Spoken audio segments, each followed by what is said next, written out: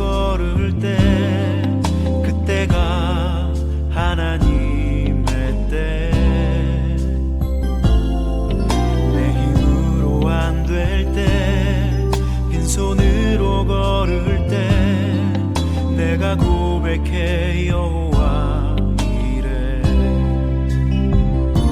주가 일하시네 주가 일하시네 주께 아끼지 않는 자에게.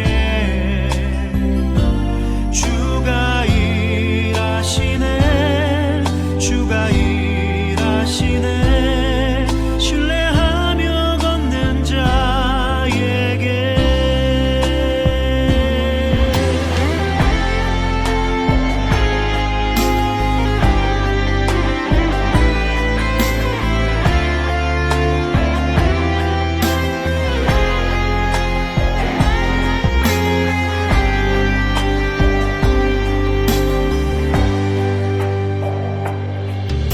우리 모인 이곳에 주님 함께 계시네. 누리네 아버지 은혜. 적은 떡과 물고기 내 모든 걸 드릴 때 모두 고백해 여호와 이래. 주가 일하시네 주가 일하시네 주께 아끼지 않는 자에게. 주가 일하시네 주가 일하시네 신뢰하며 걷는 자에게. 주가 일하시네 주가 일하시네 주께 아끼지 않는 자에게. 주가 일하시네 주가 일하시네 신뢰하며 걷는 자에게. 주가 일하시네 주가 일하시네 주께 아끼지 않는 자에게. 주가 일하시네 주가 일하시네 신뢰하며 걷는 자에게. 신뢰하며 걷는 자에게. 신뢰하며 걷는 자에게.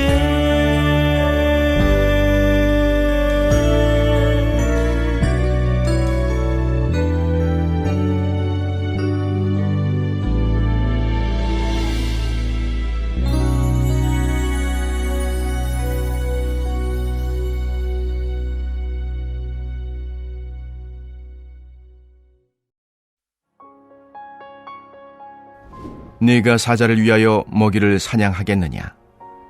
젊은 사자의 식욕을 채우겠느냐? 그것들이 구레에 엎드리며 숲에 앉아 숨어 기다리느니라.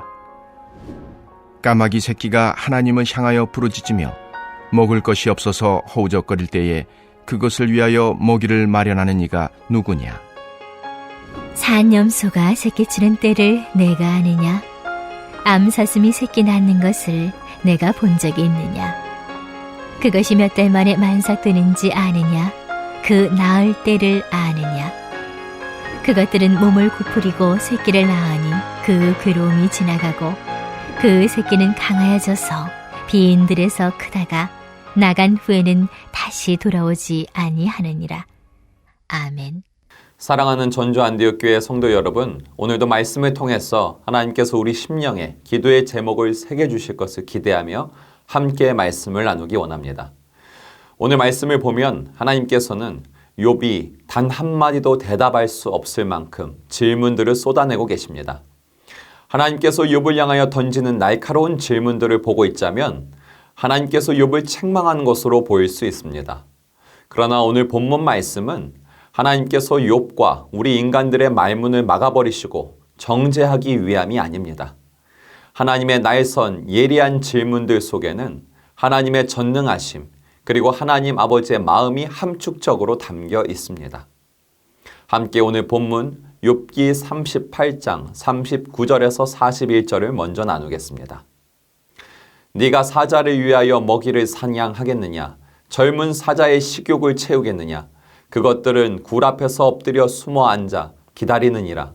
까마귀 새끼가 하나님을 향하여 부르짖으며 먹을 것이 없어서 허우적거릴 때 그것을 위하여 먹이를 마련하는 이가 누구냐? 아멘. 하나님께서는 그분이 창조하신 동물들의 탄생의 신비와 생존의 경이로움에 대해서 욥에게 질문을 던지고 계십니다. 첫 번째로는 사자와 까마귀의 생존이 어떻게 가능한지 질문하고 계십니다. 우리가 구약을 읽다 보면 성경 인물들이 여행 중에 사자를 만나는 것을 접할 수 있습니다. 이는 당시 팔레스타인을 비롯한 고대 근동의 넓은 지대에 사자들이 서식하고 있기 때문이었습니다. 사자들은 생존을 위해 먹이를 사냥했는데 굴 속에 엎드려 있다가 먹잇감을 재빠르게 공격하고는 했습니다. 이때 그 목표물이 되는 것은 들짐승뿐만 아니라 사람과 함께 사는 가축 역시 목표물이 되었고 때로 사람 역시도 사자의 목표물이 되곤 했습니다. 그만큼 굶주려 있는 사자는 아주 위험한 동물이라는 것입니다. 동물원 우리에 갇혀서 사육사가 시간에 맞춰주는 음식을 받아 먹으면서 사육사에게 머리를 조아리는 야생 본능이 잠들어 있는 사자가 아니라 생존을 위해 들짐승, 가축, 사람까지도 가리지 않고 공격하는 사자에게 음식을 던져준다는 것은 불가능한 일입니다. 그런데 그 사자가 생존하도록 사냥감을 사자에게 던져주시고 사자가 그 사냥감을 사냥할 수 있는 기술과 힘을 습득하도록 생존력을 부여해 주시는 분이 계시다는 것입니다. 그분이 바로 전능한 하나님인 것입니다. 그 전능하신 하나님께서 욥에게 까마귀의 생존의 신비에 대해서도 설명할 수 있냐고 물으십니다. 구약의 율법에 의하면 황폐한 지역에 사는 까마귀는 부정한 동물에 속합니다. 살아있는 먹잇감을 사냥하는 것이 아니라 죽어있는 사체로 배를 채우며 생존하는 까마귀는 구약뿐 아니라 신약에서도 부정한 불결한 동물입니다. 사도행전 10장에서 베드로는 환상 가운데서 하늘에 바구니가 내려오는 것을 보았습니다.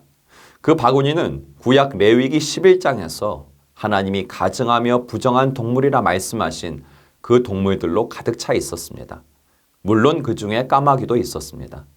베드로는 그 부정한 동물들이 담긴 바구니를 먹으라는 음성을 3번이나 완강하게 부인합니다. 왜냐하면 베드로 역시 유교 율법에 자유하지 못한 상태였기 때문입니다. 그러나 하나님께서는 베드로에게 말씀하십니다. 내가 정결하게 되었다고 명한 것을 네가 왜 부정하다고 하느냐? 여러분, 하나님께서는 그분이 창조한 모든 것을 사랑하시기에 그 피조물들을 정결하게 하시는 분입니다. 그 모든 피조물들을 돌보시는 분입니다. 바로 그것이 하나님 아버지의 마음입니다. 하나님께서는 이스라엘 백성인 욥 그리고 베드로가 부정하다고 여기고 멀리하는 까마귀의 생존을 돌보시는 자비로운 분입니다.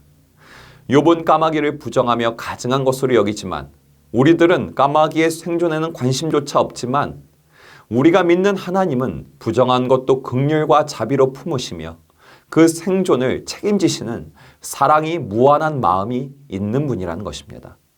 이렇게 하나님은 우리 인간과 결코 우리 인간이 채울 수 없는 사자와 까마귀의 생존을 채워주시는 전능하며 인자한 분인 것입니다.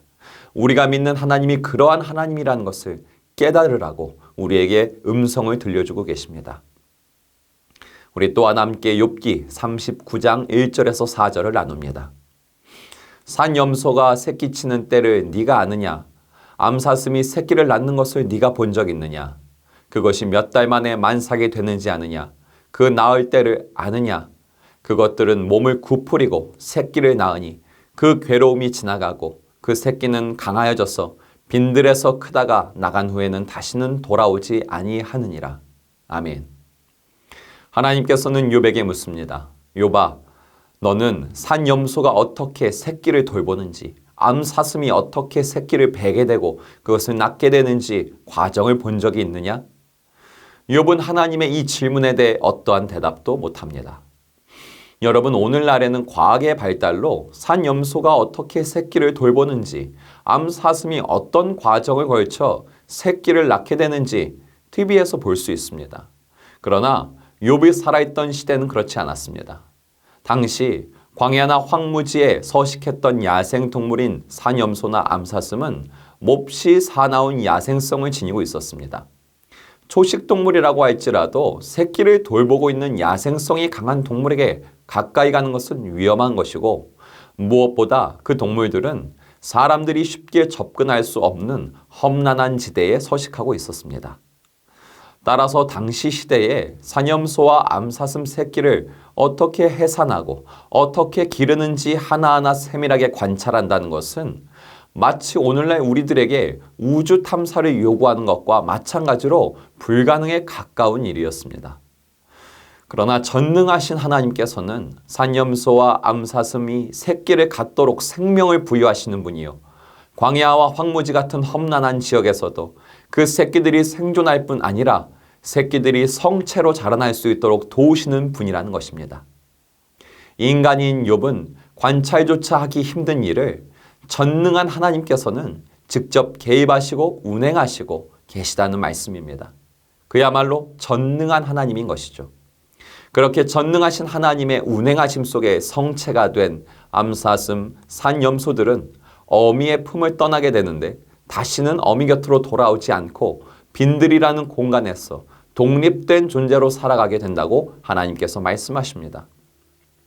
어미를 떠난 성체가 된 암사슴, 산염소가 다시는 돌아오지 않고 독립된 존재로 살아간다는 이 말씀 속에서 우리는 하나님 아버지의 마음을 발견할 수 있습니다. 하나님께서는 빈들에서도 한 마리의 야생 짐승이 성체가 되도록 돕고 계십니다. 이빨과 발톱이 날카롭게 하시고 근육을 키워주십니다.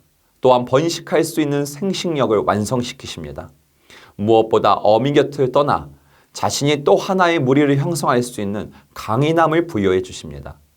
몸에 근육이 붙고 날카로운 이빨과 발톱을 지닌 겉모습을 지니고 있다 할지라도 독립할 수 있는 강인함이 결핍되어 있다면 그 짐승은 어미 곁을 떠날 수 없습니다. 어미가 만약 억지로 내쫓는다면 그는 빈들에서 죽임을 당할 것입니다.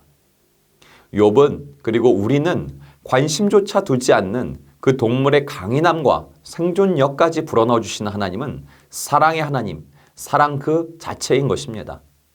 현대를 살아가는 우리는 우리가 그토록 애지중지한다는 자식 하나 키워내는 것조차, 완성된 성인으로 키워내는 것조차 눈물과 땀을 많이 흘려야 합니다. 심지어 겉모습만 성인으로 키워내고 그 속은 여전히 강인함과 독립성이 결핍된 어린아이로 키우는 경우도 안타깝게도 참으로 많습니다. 저와 여러분은 하나님의 전능하심과 인자하심에 비하면 참으로 지혜와 능력이 부족한 존재들입니다. 하나님께서는 욥이, 그리고 우리가 바로 우리의 위치를 깨닫기 원하고 계십니다. 그러면 하나님께서는 어째서 욥과 우리가 참으로 부족하고 미약하고 죄 많고 지혜가 부족한 자들인 것을 깨닫기 원하는 것입니까? 하나님께서 동물들의 탄생과 생존을 질문하면서 우리 인간들의 한계를 깨닫게 하시는 목적은 우리를 낭만케 하기 위함이 아닙니다. 그분은 전능한 분이나 동시에 인자한 분입니다. 욥과 우리가 무지한 말로 하나님의 놀라운 이치를 가리는 존재임을 깨닫는 것은 곧 우리가 겸손하게 주님을 전적으로 의지하는 길로 이어지기 때문입니다. 우리 인간은 우리가 무지하고 연약하고 무능력한 존재라는 것을 체험하게 될 때 고개를 숙이게 됩니다. 겸손한 상태, 비고빈 심령이 된다는 것입니다. 고개를 숙인 상태에 있던 우리는 자연스럽게 한 곳만을 바라보게 됩니다. 바로 하늘입니다. 항상 겸손한 그 시선으로 우리는 하늘, 능력의 하나님, 그 사랑의 하나님을 바라보게 되는 것입니다. 오직 하나님께로부터만 우리의 도움이 온다고 고백하게 되는 것입니다. 이제는 내 육체의 소욕과 능력을 의지하는 것이 아니라 하늘의 능력을 의지하는 존재가 될 수 있다는 것입니다. 여러분, 오늘 본문에서 하나님께서 언급하신 사자, 까마귀, 사념소, 암사슴은 당시 문화와 문명 속에서는 사람의 통제를 벗어나는 동물들로 여겨졌습니다. 사람의 관심과 사람의 통제를 벗어나 있다는 것은 사람이 감당할 수 없는 존재이기도 했지만 동시에 사람들의 관심 밖에 있는 자기 스스로 생명을 부지해야 하는 소외된 대상이라는 것입니다. 그런데 하나님께서는 문명과 사람들의 통제가 불가능하며 관심 밖에 소외된 들짐승까지도 책임지신다는 것입니다. 여러분, 전능하시고 인자하신 하나님께서 하물며 하나님의 형상대로 창조한 욥을 그리고 우리를 책임지지 않겠냐는 것입니다. 여러분, 올 한 해 전능한 하나님께 전적으로 인생을 맡기셨습니까? 모든 순간을 정말 맡기셨습니까? 송구영신을 준비하며 우리는 돌아보기 원합니다. 또한 우리는 다가오는 2022년 사랑 그 자체이신 하나님께 온전히 새해를 맡길 믿음의 준비가 되어 있습니까? 연중 행사로 드려지는 송구영신 예배, 관습과 형식에 따라 드려지는 예배가 되지 말아야 할 것입니다.